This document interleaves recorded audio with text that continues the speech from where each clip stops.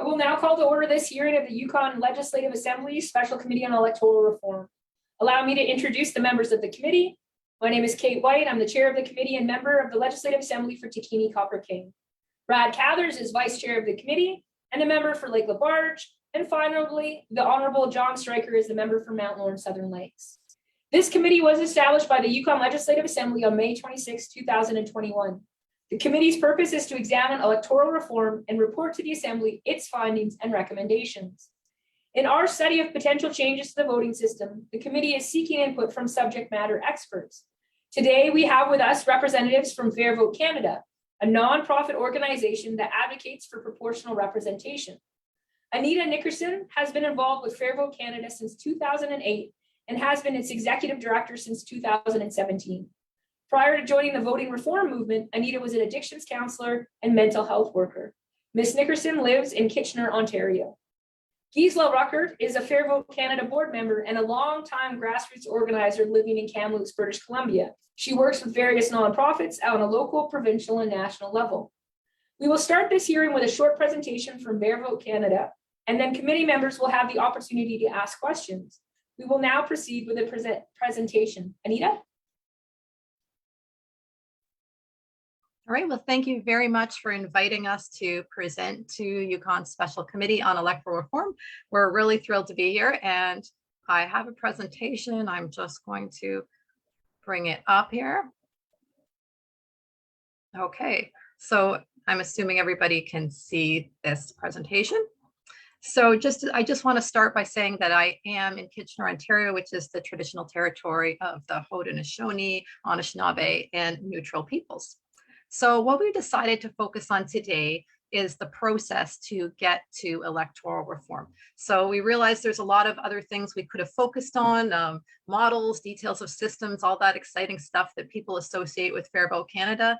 But honestly, if the process doesn't work, it will end the same way that almost every electoral reform effort in Canada has ended, which is in failure. So it's very important for us that the process is the most evidence-based and inclusive one possible. So that's what we're spending our presentation time on today. So I'm going to be taking a closer look at referendums and the evidence for citizens' assemblies, and we will end with some recommendations. And the second part of this presentation on citizens' assemblies is going to be done by Gisela. So the first thing to understand is that most OECD countries do use proportional systems. Canada, UK, and Australia are really in the US are outliers in terms of that. And of the modern democracies, the OECD countries that use proportional systems, most did not adopt them by way of a referendum. That's really sort of an odd route to adopt electoral reform. And really it only happened in Switzerland in 1918 and New Zealand back in 1992, which I know you'll hear more about. So during the Federal Special Committee on Electoral Reform, they heard from hundreds of experts, and we followed that process very, very closely.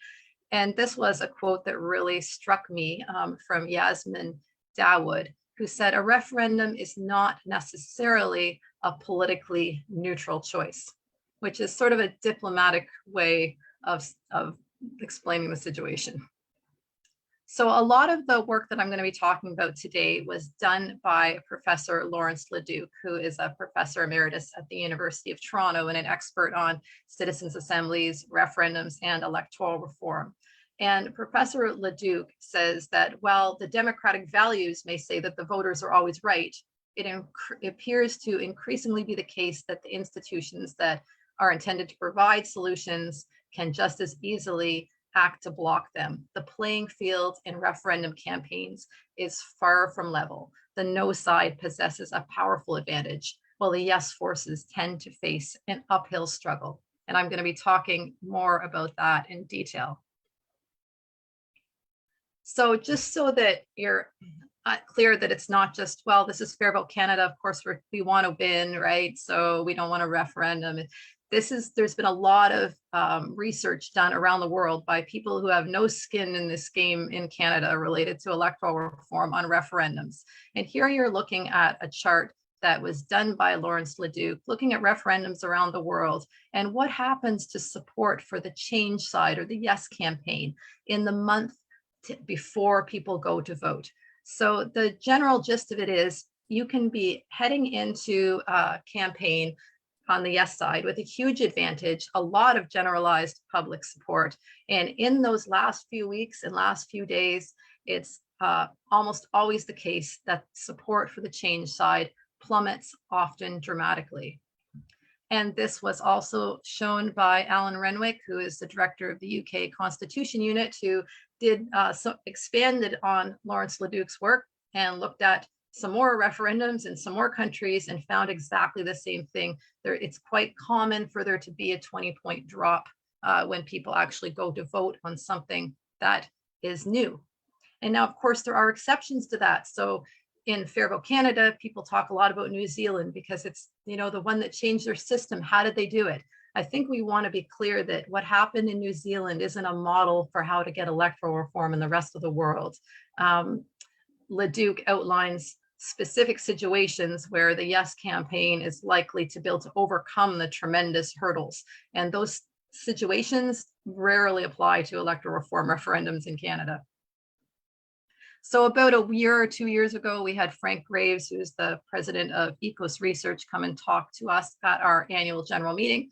And he said the same thing. Someone asked him about referendums, and he said, in a referendum, if you don't leave the gate with at least 70 or 80% support, you're unlikely to be successful, because whatever you put forward will be put under criticism from all the other players, and it will inevitably lose steam.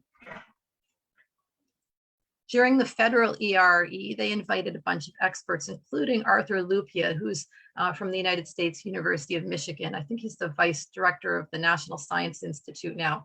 He has spent his lifetime studying voter engagement, how voters make decisions and things like ballot initiatives and referendums. And he says, I have a statistic that I use to show you just how skewed this is. In California, there's a whole industry devoted to helping organizations campaign and referendums. And he says they won't even touch it unless you're polling over 70% a year out. And if you actually dig into that, it's more than that. They're saying if you don't have at least 55% strong support for the exact thing that is going to be on that question, they basically say, don't waste your money. So when we look at where would the yes campaign for proportional representation be starting from, would it be a reasonable chance of success in a referendum? Well, polls have been done on support for proportional representation in Canada for 20 years. And the support for the general principle usually ranges somewhere between what you're looking at here, about 57%, which was 6 months ahead of the last vote in British Columbia, and up to the mid 70s, sometimes 75, 76%. But you're talking about support for a principle, support for fairness, support for the idea that everyone's vote should count, that seats should match votes, which is very different than asking people to vote on a specific proposal after being subjected to months of relentless counterproductive campaigning. So why does the no side have such a big advantage? Why isn't it more fair? So Arthur Lupia says, well, the no side has a huge advantage regardless of the legislation. And that's something else I want the committee to take note of, regardless of the system, regardless of the design of the ballot. We've been through this. 21 years Fair Vote's been around. It's true throughout the world. You're running against change, and people don't know what life is going to be like under the change. A typical no campaign is when you think about the worst case scenario, and then you make the whole campaign about that. Whereas the yes campaign has to try to describe some new world that people have never lived in, and ask them to take a leap of faith. So what Lawrence Leduc and others have shown is that referendum campaigns very often become about something that's not actually on the ballot. The vote becomes driven by a lot of factors other than what the proposal, the merits, the fact-based merits of the proposal in front of people. So after I read a whole bunch of his research and others, I sort of put together a little chart. I'm just going to explain very briefly what this is. So a lot of people don't realize that between the Canada and the UK, we've had 7 or 8 referendums now on electoral reform. So we've learned a lot and we've experienced it firsthand and seen it come to life with different campaigners, different types of ballots, different types of systems, and these same factors that Leduc and others talked about have come into play in almost every single referendum. They should be fairly obvious what they are at the top. I'm just going to clarify the top one on this chart, second order effects. This is just sort of an academic way of saying things that aren't on the ballot other political issues end up driving people's decision making. I'm not going to talk about media bias today for the sake of time, even though it's hugely important in referendum campaigns. But in the slides that you will see a bunch of slides referring to that you can read later. So this is from the No to Alternative Vote campaign in the UK. So the UK had a referendum on electoral reform on AV in 2011. Not many people realize that. And the No campaign, the fellow that led the No campaign actually went on to lead the Leave campaign for Brexit. And in a podcast I listened recently with him, he was saying how he looked at this No referendum campaign for electoral reform as a practice run for that and tried out some of the very successful tactics. So in this No campaign, the No side was basically focusing on a small party that people, if they're a small party, they have a small percentage of the vote, which means most people are ambivalent or don't like them. And basically focused on, if you vote yes, you're going to get more of this guy, more of all these things that he's pushing, and he's going to hold the balance of power. And this was used very successfully by the No campaign in the last BC referendum. And again, here's another winner from the No to AV campaign, the UK. So in this one, this was the precursor to the we're going to send all this money to the EU if, around Brexit, the ad on the bus. So, this isn't about the voting system anymore. It's not about counting ballots. It's all about, do we really want to spend money? It was an entirely made up number, by the way, on these voting machines. This speaks to the second order issues, which are around process. And I really want to emphasize this. It doesn't matter what system you come up with. If people don't trust the process, they will not support it. If they think that it's being driven by partisan interest, if they think it's to benefit one party, if they think a bunch of partisans and political hacks have cooked it up in the back room, it doesn't matter what you come up with, you're going to be facing an uphill battle. And this is what we saw in BC, where a millionaire took out the front page of all the newspapers in BC before the official campaign even started, not attacking proportional representation or the system. He didn't have to. They spent a year ahead of time telling people that what the government had come up with was being driven by partisan interests. It was secretive, and you can't trust the process. If you can't trust the process, you better vote no. Research out of California has shown that partisanship is the strongest predictor of voting in referendums on governance-related questions. So on these kind of issues, voters will take shortcuts. They don't sit and read the whole manual. They take shortcuts. They figure out what's in their party's best interest. Their party is usually fairly clear one way or the other which way it is, and they use those shortcuts to make decisions. And we saw this in the BC referendum, where 82% of the BC Liberal voters, which is their center-right party, voted no. And in the UK referendum, where 83% of the Conservative voters voted no. And this is very much also tied into the media, so you might want to take a look at that after. The other thing that really influences electoral reform referendums, and all referendums really, or many of them, is misinformation campaigns. So because there are no laws around truth in advertising, there's no way to regulate that. Their opponents, as Lupia said, are free to come up with whatever they want and still stay within the campaign rules. And we saw a lot of that in BC, where people were basically, there's a lot of talk about Nazis and all these kinds of scary, dangerous people who are going to supposedly get elected if we adopted PR. The misinformation campaigns that I would probably expect to see in the Yukon would be along these lines that we also saw in BC. So time to say farewell to your local MLA, and that, the urban area would have all the power and the rural areas would be shut out. This was completely 100% false.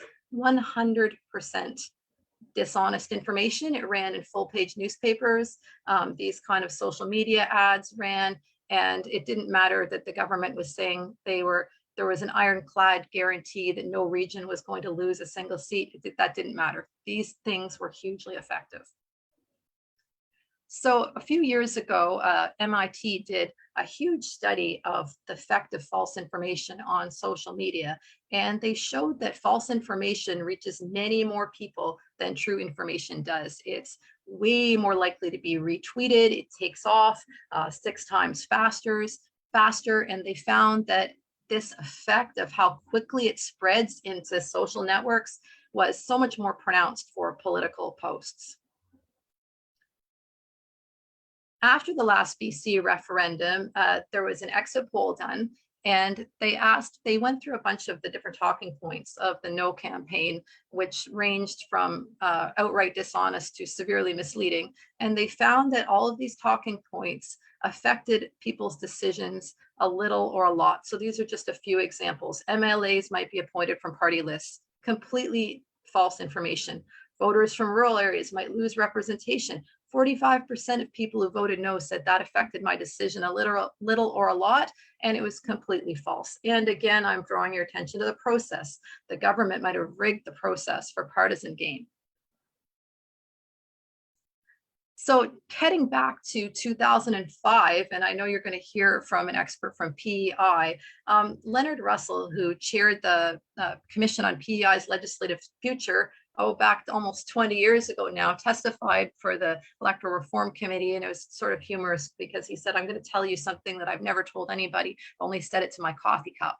And he just basically talked about how the government had said they wanted this, and they had put this process together. And then the people found out they were being undermined by the very parties that had put this in place. Representatives from the parties were in church basements saying, this isn't very good. And, part of that was just all about a threat to power that comes up when you're looking at changing the voting system. So uninformed and confused voters. Actually, I want to go back one if I can. I don't know if I can. Let's see. Okay. I want to talk to the last little bit for a minute about the parties divided. I missed over that. I skipped over that, and it's really important. In every electoral reform referendum, we found parties are divided internally between themselves and internally on this issue. That is really hard for voters. Okay, so you may have a party that says we're all for this, but actually half their caucus isn't really all for it. So you end up with a bunch of them that are working with the no campaign to undermine it. And then sometimes you have other parties that are, this is a life or death issue, we're gonna kill this. And then you have parties who are like, oh, we're neutral, we don't really have any opinion, but they're not neutral. Even by the act of being neutral, they're communicating to their voters that this doesn't really matter, or they don't really want it, or they're not really behind it. So when parties are divided, it makes it even harder for people to get past that. Uninformed and confused voters, and I'm sure you will hear from many academics on this point. So in every electoral reform referendum, no matter what you do, you are going to have uninformed and confused voters. It's I think it was Ken Carty that said to you this week, voters don't go to sleep dreaming about electoral systems. And as someone who's passionate about that myself, I can just tell you that it's true. So in the AV referendum, one of the problems is that the commissions, the Electoral Commission, that has to be neutral. And that's so important. They have to be neutral. But what they end up producing is something like, a manual of how to, disassemble the back of your refrigerator. And people get this, and it makes something that's pretty simple sound really complicated. It also doesn't talk about the values. It doesn't say, why should anybody care? Why should people vote for this? So that people look at this thing and they're just like, it just can't compete with seeing marching Nazis on TV. And here we have Anna Keenan from PEI flipping through the booklet that people got in PEI's referendum, and their electoral commissioner said pretty bluntly, sometimes it takes more words than people care to deal with. And again, Lawrence Leduc saying back from 2007, Ontario's MMP referendum, the most persuasive argument of the no side was the lack of sufficient information. The public's frustration at a lack of information would bedevil opponents of MMP right through voting day. Just not understanding what they were voting on is enough for many people just to say no. And one of Canada's top experts, Dennis Pilon, has basically said that research on the use of referendums and voting systems has found chronically low levels of public knowledge, excessive partisanship in the debate. And when people say no, they're not usually saying no to proportional representation. They're saying, no, I don't know enough about this thing, and I'm confused, or I'm confused about some things I've heard to vote no. So the Australian Human Rights Commission did an interesting study on referendums in Australia. So Australia's had 44 referendums on constitutional issues, which is as close as I could come in terms of an analogy to electoral reform. And the first thing you'll notice is of 44 referendums, 82% of them ended in a no vote. But what was it then about the 18% that succeeded? So just to summarize what I've been talking about in these slides, Nelson Wiseman, who's a Canadian Studies expert professor at University of Toronto who testified to the ERE, said, I wouldn't put the issue of an alternative voting system to a referendum. It's unnecessary, it's a waste of money, and it'll almost certainly fail. You may as well recommend not changing the system and save Canadians the cost. He's quite a blunt fellow if you want to check out his testimony on the ERE. So what would be fairer conditions? What would, if there's a built-in status quo advantage for the no side, combined with an issue that's rather complex and a little bit dry, where voters take cues from campaigns, partisan campaigns, what would be fairer conditions for referendums to succeed? So the Australian Human Rights Commission wrote a little paper on what made the difference in those 18% that succeeded. Well, number one, there was strong support. So note, I'm not saying neutrality, strong support for the proposal by all the major political parties. So they're basically just asking people, hey, we're all behind this, will you, the population, get behind this too? There was a sense of ownership of the referendum issue by citizens. So it wasn't seen as, oh, this is an issue owned by a few, by politicians, elites, voting system geeks. It was owned, the whole problem and the solution was felt to be owned by the population, and an education campaign that ensures citizens understand the issue. So honestly, this is an ideal scenario. If you had all these things, that would be incredible. But I've yet to see an electoral reform process or referendum in Canada that has all these things, and I'm not sure that it's even possible anywhere in the world that you would have conditions like this to give the yes side a fair chance. And now I'm going to turn it over to my colleague, Gisela, to share her screen and talk about citizens' assemblies. Thank you. There we go. Thank you, Anita. I'm just going to share my screen now. And so I'll go into, sorry, that's very unfortunate timing. Right, so let's go to the slideshow. So I'm hoping that by now Anita has made you aware of the pitfalls with referendums, and I'm hoping that you're questioning whether you would want to go that route given their lack of utility in this context, really. But I get the fun job of giving you the good news and assuring you that there are actually very good alternatives for getting citizen input on tough, complex policy choices like electoral reform. So in the next few slides, I'm going to be describing a process that it taps into the wisdom of the crowd. I think it's a process that has value because it draws on the common sense of common people. And it's a process that is also recommended by the Organization for Economic Cooperation and Development, the OECD, Citizens Assemblies. So A citizens assembly is exactly what it sounds like. It's a representative body of ordinary citizens, average people, gathered to deliberate on an important policy issue. And they're based on the evidence which shows that when people are given the knowledge, the resources, and the time, they can find solutions to complex and controversial issues, including the ones that are often a stumbling block for politicians themselves. So who is in a citizens assembly? It's a mini public. So a mini version of the Yukon is what you would end up with. Citizens are selected by sortition, so basically a civic lottery like a jury. But once you have that pool of people chosen by sortition, you then make sure that the participants in the assembly are actually demographically representative of the population in terms of age and gender, political viewpoints, everything that's relevant, so that in effect you create a microcosm of society. And since participation on citizens' assemblies is voluntary and will invariably involve hours away from home, possibly from work, it's important that the process be covering those expenses. So providing daycare if it's needed, compensating people from their time. The point is to remove the obstacles that would prevent certain groups from participating or from being represented.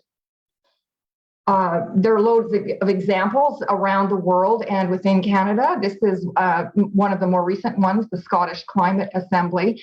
And you'll notice at the bottom there, it says citizens were representative of Scotland by age, gender, household income, ethnicity, geography, rurality, disability, and attitudes towards climate change. So by doing this, we're negating the influence of those who have a disproportionate amount of what Anita called skin in the game, so special interest groups and the like. So we're ensuring that the group is truly representative of folks in the real world. So participants move through the following stages. First, there's a period of learning where they familiarize themselves with the topic from experts and they look at the evidence. Then they consult the public, they hear from stakeholders. And then, and this is the heart of the process, they discuss the evidence and they carefully weigh the options. So that's what we call the deliberation phase. After that, they come to a consensus recommendation. It doesn't necessarily end up being unanimous, but it's a very large percentage of agreement. So that allows the group to come forward with a recommendation. It's important that the Citizens Assembly isn't run by the government, but the government needs to fully fund and publicize the assembly so that the public knows what's happening, that they know that it's made up of people just like me and that they can engage in the consultations and follow the assembly's work closely if they choose.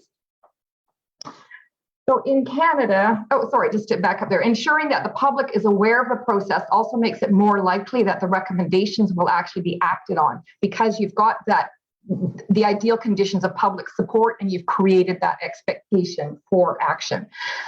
So in Canada, most processes are run by a company called Mass LBP, which has run hundreds of processes for governments around Canada, and on a federal level, they ran the Citizens Reference Panel on Pharmacare in 2017, which you might be familiar with.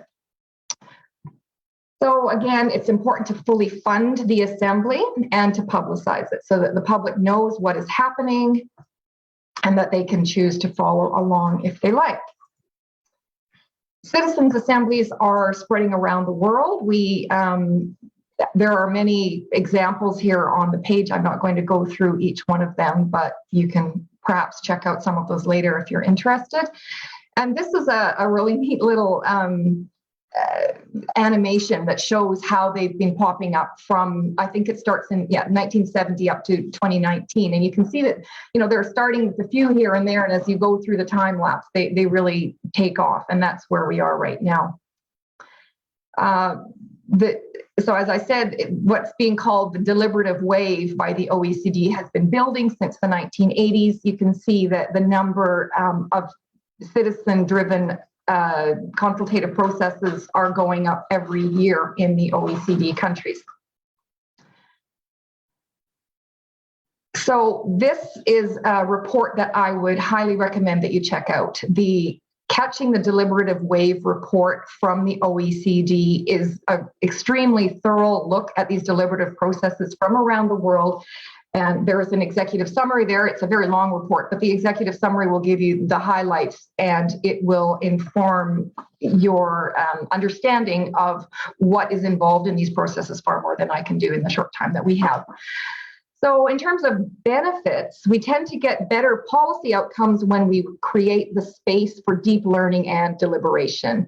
So access to good information, time and skilled facilitation, both lead to the development of detailed and rigorous practical recommendations, which take into account the inevitable trade-offs that come up when you're making these policy choices. Secondly, public officials and policymakers have greater legitimacy to make hard choices because the public is already on board. And especially in situations where there's a political deadlock and you have to weigh these difficult trade-offs. And this explains why climate assemblies tend to produce far more ambitious recommendations than what politicians themselves would actually have been able to bring forward, because it gives them that greater legitimacy from across the public. Thirdly, these processes tend to enhance public trust in government rather than further erode it, which is often the result of a process like a referendum. People just trust folks who are like them to act on their behalf more than they trust politicians or so-called experts. Moving on, it's also important to note that these citizens' assemblies ensure that those with money and with power don't have an undue influence on a public decision. So the participants in the process arrives without an agenda, and they can focus on the common good. That's their job, and they do it. There's a diversity of views that is represented. Research has shown that for developing successful ideas, when you have more cognitive diversity, it's actually more important to have that than the average ability of the group. And finally, evidence-based processes counteract polarization and misinformation, which is, again, the exact opposite of what happens during referendums. So there are 3 times when the OECD suggests that deliberative processes are the appropriate path to choose for making decisions. And these are the 3: values-driven dilemmas. For example, the debate in Ireland on reproductive rights and abortion would certainly be an example of that. Complex problems that require trade-offs. I think it's fair to say that electoral reform is one of those. And also longer-term issues that go beyond short-term incentives of electoral cycles. So I think that electoral reform ticks all those boxes in terms of a process that would be appropriate. Fair Vote Canada actually commissioned a national poll 2 years ago, well, almost 2 years ago now, by Léger, and it found high support for the process, the concept of citizens' assemblies across the board. And I found this particularly interesting. The support was very high across voters of all parties. Last fall, PEI's legislature voted to go ahead with the Citizens Assembly. And because they've already done a lot of consultations on electoral reform and people understand the concept of proportional representation, they chose to limit the Citizens Assembly mandate to look at just forms of proportional representation. And it's widely expected to take a less partisan, more evidence-based approach to designing a new voting system for PEI. So CAs, Citizens Assemblies, which I'm calling CAs, have been ongoing in Canada on a number of topics for many years. And here's an example of one that has been going on for the last 3 years. So summarizing the differences between referendums and citizens' assemblies, I won't go through all of these, but this is a very strong argument for looking at strong points and weak points of both potential models for making a decision. Basically, it's a stronger process because citizens are able to look at the facts and think about them deeply rather than make a decision based on someone's opinion or misinformation. So governments tend to see proposals for institutional change as threats to their position or as opportunities to advance a partisan agenda.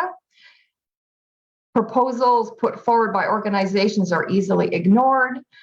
And when governments do decide to act, they often do so from a perspective of gaining a political advantage over their opponents. And this is exactly that partisan bit that Citizens Assemblies removes from the equation. So finally, you've heard a lot from other experts saying that electoral reform is hard, and we acknowledge that it's not easy. But we encourage you to also acknowledge that progress is possible, and we've drawn up these 3 recommendations, which we feel will lead to a successful reform process. So firstly, we need to recognize that the process actually matters a lot. And there's research on best practices, which we encourage you to consider when considering the path that you're recommending going forward. Again, we recommend that you avoid choosing a path that leads to a referendum. They're not appropriate tools for making complex policy decisions. And it's becoming increasingly clear that their use reveals a preference for maintaining the status quo. And if that's what you'd like to do, to save the money, as Anita said. And finally, number 3, make sure that you establish an arm's length sortition-based process to create a legitimate representative mini Yukon to learn about the options and to deliberate and find consensus on reforms to be implemented. So those are our 3 recommendations on the process, which we've chosen to focus on for this presentation. I also want to draw your attention to our more comprehensive written submission, which provides in-depth guidance on systems and models, which we didn't have time for in our presentation today. So I will stop the share and leave it there.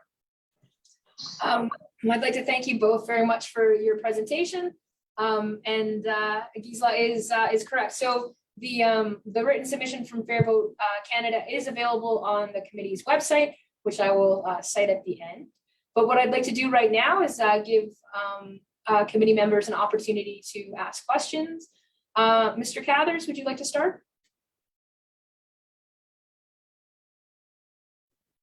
Sorry, I was just having an issue with the mute there. Thank you. So I appreciate the presentation, but do have some question and concern about the suggested approach to establishing a citizens assembly. My question would be, where's the opportunity for the democratic process, including for the average citizen to decide whether they even think there's a problem with the current system? Oh, okay. We'll start with Anita, and then Gisela will follow up with you. Well, I think I just answered that to say that the idea of a citizens assembly is to tap into the opinion of the average citizen. So Ken Carty and Jonathan Rose and one other person whose name escapes me wrote a whole book on this, on the 3 assemblies on electoral reform that happened about 20 years ago.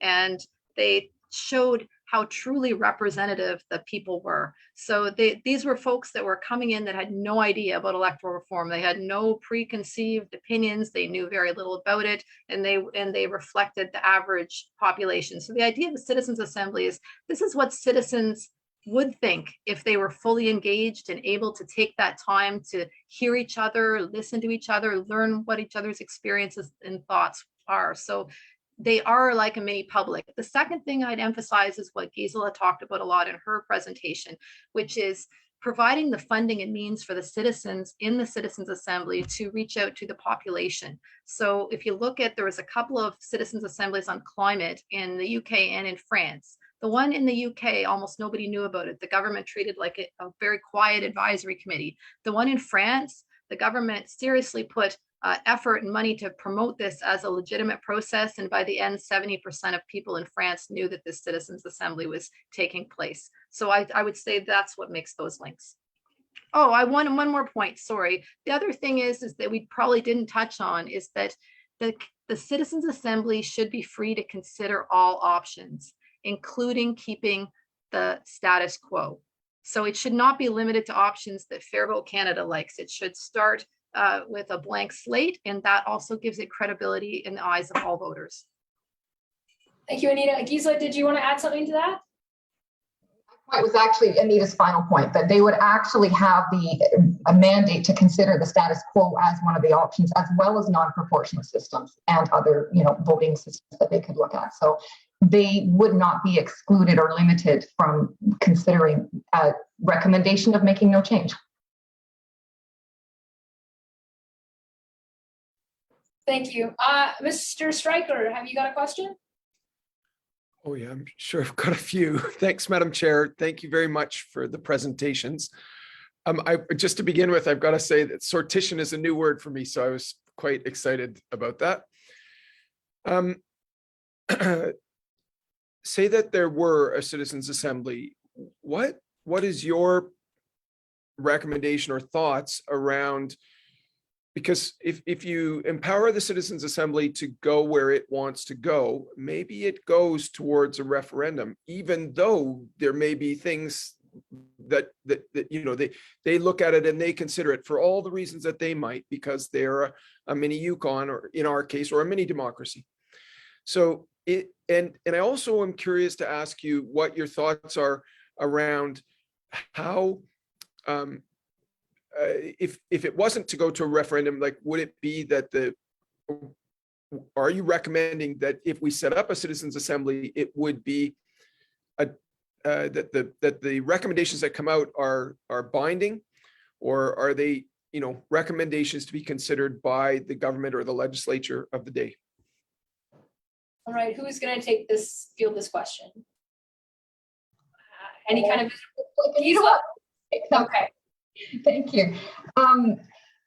So the first question was, what if the Citizens Assembly decides a referendum is necessary? Absolutely valid. If that's what they choose, that's what they choose. We would recommend that they look at the evidence, and we feel confident that on the basis of the evidence available on best processes, they will recommend against a referendum. Totally up to them, though. It should be within their mandate to recommend a process that they feel comfortable with. If that includes referendum, so be it. The second part of your question was about what happens after they make their recommendations. So this is another piece where they might have a role to play. And I think that this is another thing that your committee will also have to consider. One option, I suppose, is making it binding, but I think that a better way would be to have a back and forth after the recommendations are out, so that the politicians can have a look at those recommendations, and maybe there will be some tweaking or developing that goes forward. I think that's where I'll stop. I don't know if Anita would like to add to that. Go ahead, Anita. So the question you're asking, John, is really, really important, because one of the problems, obviously, is if the Citizens Assembly, based on what they want and the evidence, ends up wanting something that the politicians don't want.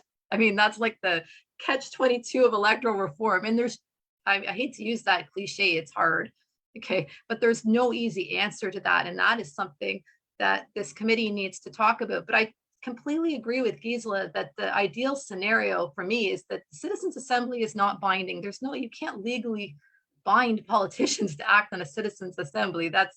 This is your job. You're elected, you're responsible for that. But first of all, they provide something that continues the conversation, okay, that gives politicians somewhere concrete to start from. Another option is to have the politicians respond and have this assembly reconvene. So we're seeing that in Scotland, where the government responded to all 81 recommendations of the Climate Assembly, one by one, and now the Citizens Assembly is reconvening to consider the government's response. So this is sort of innovative, and we'll see what happens out of that. The other option I encourage you to consider is a little bit outside what we usually recommend or say, but in Ireland, Ireland really kicked off the whole Citizens Assemblies around the world thing back about 5 years ago, when they had their hugely successful Irish Citizens Assembly, the first one. But the precursor to that was something called their Constitutional Convention, where they were trying out this idea of citizens' assemblies. What they did is they had 66 randomly selected representative citizens sit with 34 of their MPs. They have a different word for it, but we'll just call it MPs. And they all went through that deliberative process together on electoral reform and came to a consensus. So that was a model that hasn't been used since. It really showed the politicians that citizens can be trusted and this works. But on this topic, I think it's really important to find a way to build politicians' input into the process, because the last thing a citizens' assembly wants is to spend all this time and then find out that the politicians are not going to back any of this because it's too much for them. So you need to find a way to marry those two approaches so that it builds confidence in the government and it also builds confidence in citizens' assemblies. Thank you for that. I'm going to just take this opportunity. So we did learn from Dr. Carty earlier this week, and today we had a conversation with Dr. Desarud about actually citizens' assemblies.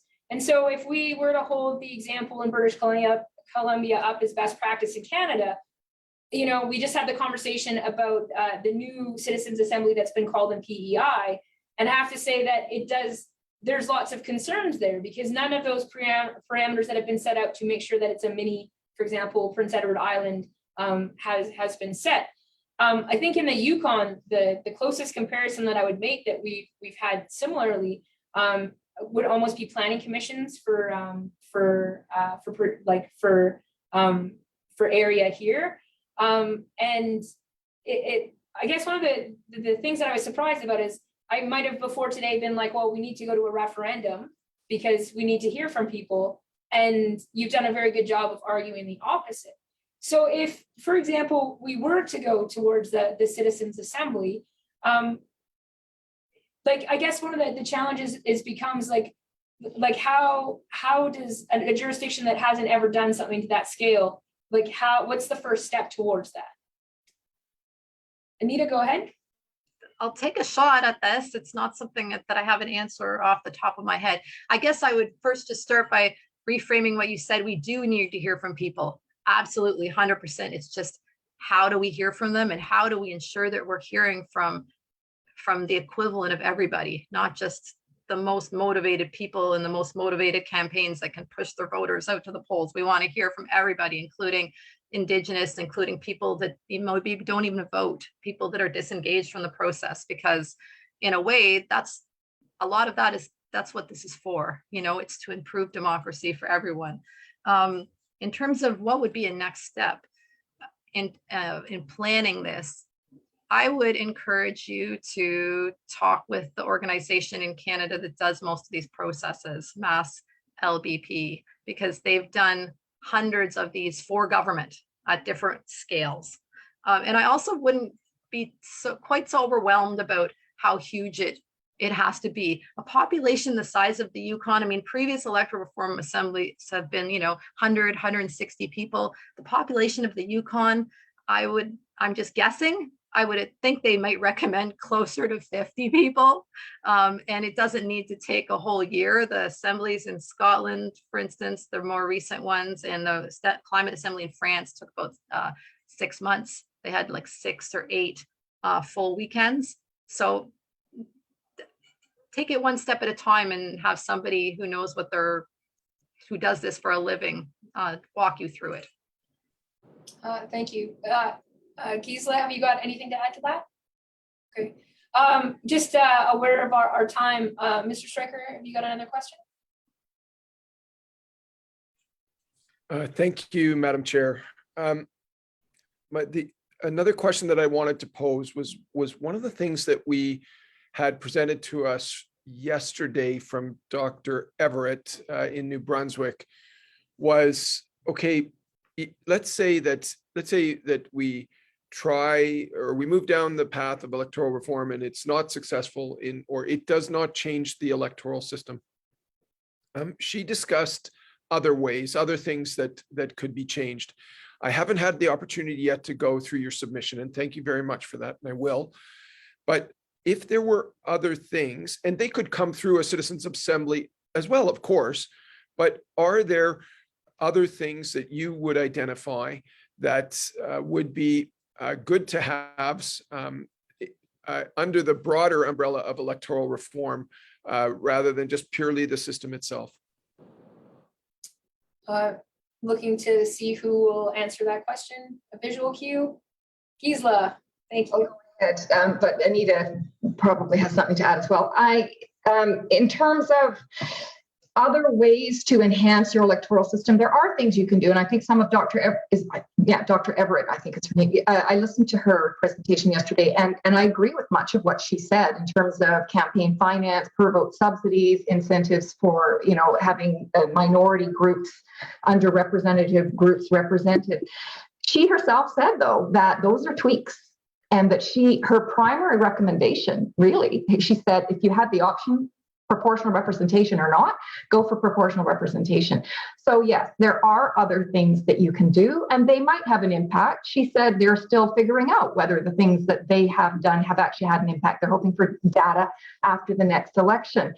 But I feel that if you want to do, I guess I would just encourage you to be courageous and ambitious, and then scale it down from there. Start off going bold, because this is an opportunity to change the democratic process for the people of Yukon for the better. So, Anita, would you like to add to that? Yeah, you're going to hear from so many experts that'll tell you it's hard. Do you know how many times I've heard it's hard? It really gets tiresome. It's hard, but it's possible. It's hard, but over 80% of the OECD uses systems that really count every voter's voice. So it's hard, but it's possible. And as I think it was Ken Carty said to you, it takes leadership and it takes faith in people. And I really believe that, you can do that, or we wouldn't be spending our time doing this for the last 20 years. In terms of other improvements, one way you could look at the Citizens Assembly is, instead of limiting it to just electoral system, you could consider having a Citizens Assembly on democratic renewal in the Yukon, and include electoral reform as one of the key pieces, but also include other things that the Assembly itself might identify, or the all-party committee that sets up the mandate for the Assembly might committee. And in that way, you could have a broader range of issues looked at, and you might get a broader range of recommendations rather than a complete succeed, fail scenario. But again, I would go back to encouraging you to think about, when you focus on electoral reform, how you can bring citizens and politicians into the process in a way that it's going to succeed, rather than just thinking you're going to end up with a Citizens Assembly that recommends some tiny tweak, or that's the only thing the politicians are willing to do. Thank you. Mr. Cathers, you got a question? Thank you. I do appreciate you providing your perspective on this and advocating for why you believe the system should be changed. I just do want to note, though, that I think from my perspective, it is important that we determine what Yukoners want, not just what anyone from a theoretical perspective or from an advocate perspective would want.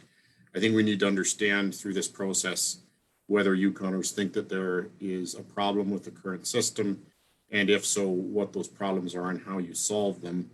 Because changing to any model, whether it's a proportional model or something else, does itself, no system is perfect, as we've heard from other presenters, such as from the professor from PEI when he spoke to the committee. There's also the question at play, for some people at least, of the connection to a person who's their elected representative, which may for some people be more important than the party. And I just would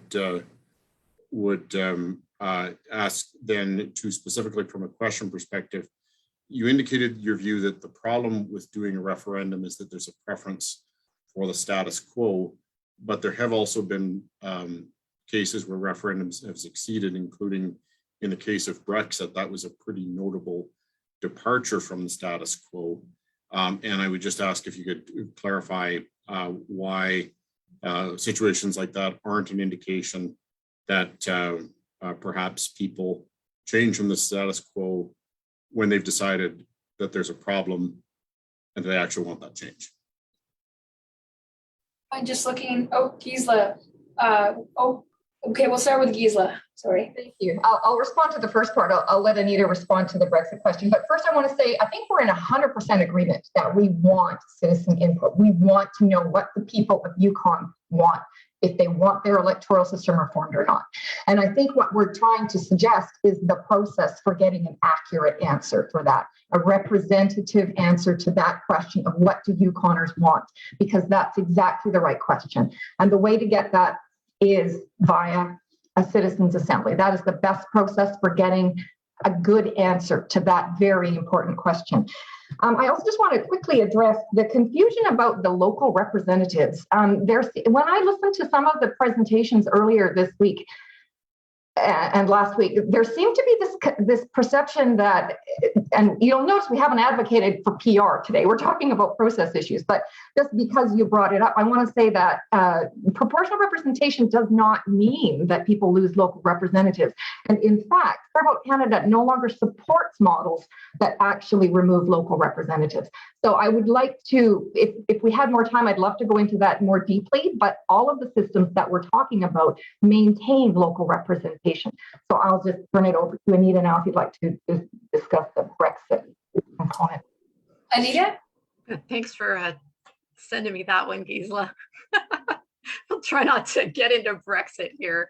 I'm sure there's a range of opinions on this panel about that. But I did want to, in terms of the status quo, yes. So Brexit in one way looks like, if you see the huge graph of electoral reform failures for the change side that's in our submission that puts it all together, Brexit would look like it's sort of an outlier. I was reading something by Arthur Lupia, one of the experts I quoted the other recently on Brexit, and he basically said, you know, I even see the status quo bias in there in terms of how people voted, because the younger people had only ever been part of the European Union. The older people, they had a different sort of status quo. So I don't know which, there's two status quos competing in that outcome, as well as a lot of misinformation that numerous fact checkers were completely unable to deal with. In terms of I have 1 minute or something, in terms of the electoral reform referendums that succeeded here in Canada, there was two that supposedly succeeded, even though we still don't have any electoral reform. You'll note there was some commonalities. There was no yes and no funded campaigns. There was no opponent campaigns in those ones that succeeded. The people that were interested in participating were either happy with the Citizens Assembly and trusted that, or they were deeply into the issue and looked at what was actually on the ballot. And that doesn't tend to be the case in terms of what happened. Finally, these issues of local representation, of the power of party bosses, all these things I've heard come up in the committee should really be the subject of their own session. And we had to pick and choose what we were able to discuss today. I do appreciate the restraints of time. I would like to mention to our witnesses today, and also to anyone who is listening today live or into the future, that we are accepting submissions from the public on any topic related to electoral reform, and we would encourage you to submit, because it sounds like, especially the two of you today, you have additional things to say, so I welcome that. So before I adjourn this hearing, I'd like to say a few words on behalf of the committee. First, I would like to thank the witnesses, Anita Nickerson and Gisela Ruckert. I would also like to thank the Yukoners who are listening and watching to this hearing, either live today or into the future.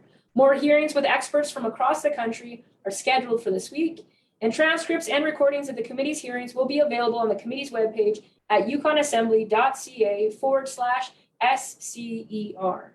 The Special Committee on Electoral Reform will soon be launching a survey to collect feedback from the public. The committee also intends to hear from Yukoners at public hearings in the future. Thank you very much. This hearing is now adjourned.